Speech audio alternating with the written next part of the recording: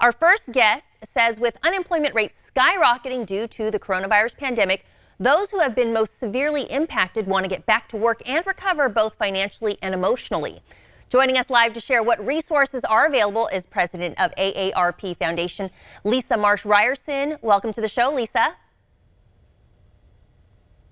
Good morning, Aubrey. What a delight to be with you. So from your research, tell us which groups have been hardest hit by the effects of the pandemic. Well, I know that you and I know and others know that so many people, regardless of age or background, are really suffering during the time of the pandemic and the economic downturn.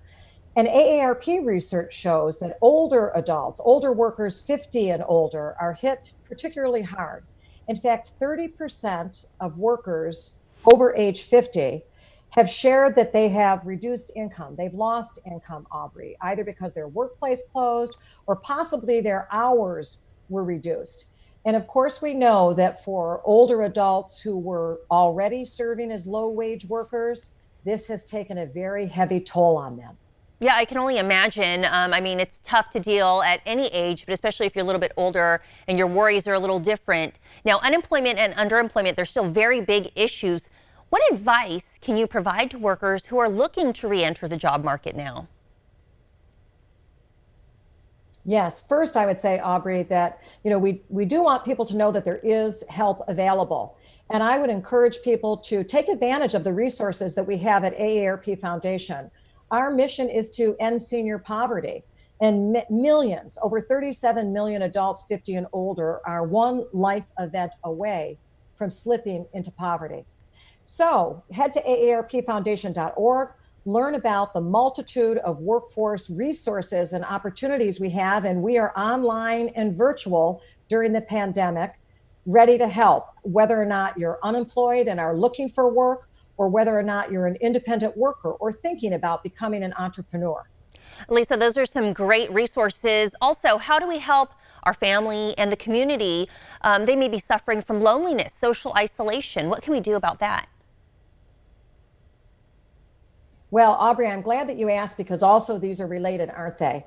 Whenever an individual loses a job and steps away from that important social network of the workplace, that's a life transition that puts us at greater risk for social isolation and or loneliness. But we have to know that social isolation among adults 50 and older was already on the rise pre-pandemic. And during this necessary time of staying at home and following physical distancing guidelines, it's critically important that we don't allow physical distance to become social disconnection.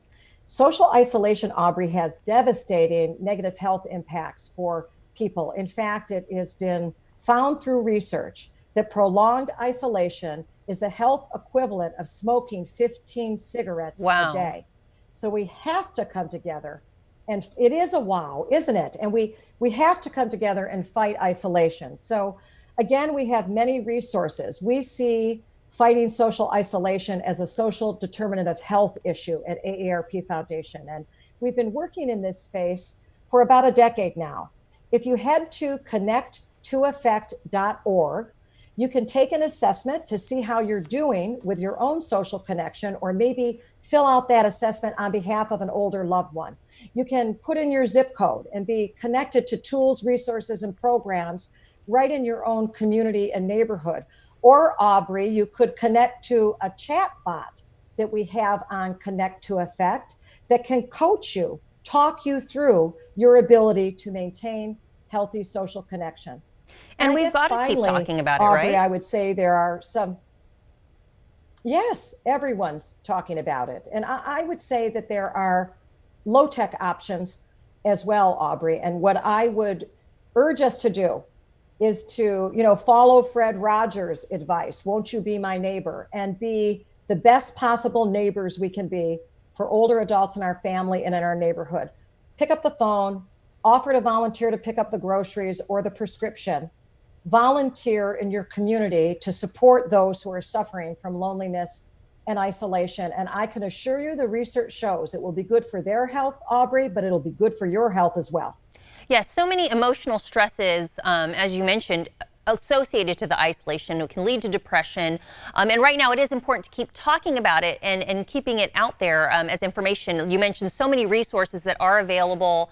Anything else that you can suggest for people or families that are in need of necessities right now? Yes, just remember that there are so many organizations, AARP Foundation, and the great nonprofit network and social service organizations that are available in California and Sacramento and are available nationwide. There are services and people and organizations who want to help you meet your emergency food assistance needs, help that you may need with housing, and other social support. So please reach out to the network of organizations. Possibly while you were working, you weren't eligible for other benefits, but you may be eligible for sustaining benefits during this time of unemployment.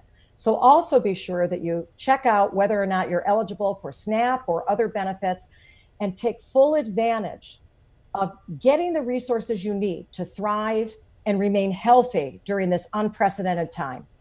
Lisa Marsh Ryerson with AARP, thanks so much for joining us and sharing some of these great resources. You are not alone. And as she mentioned, you can get more information at aarp.org.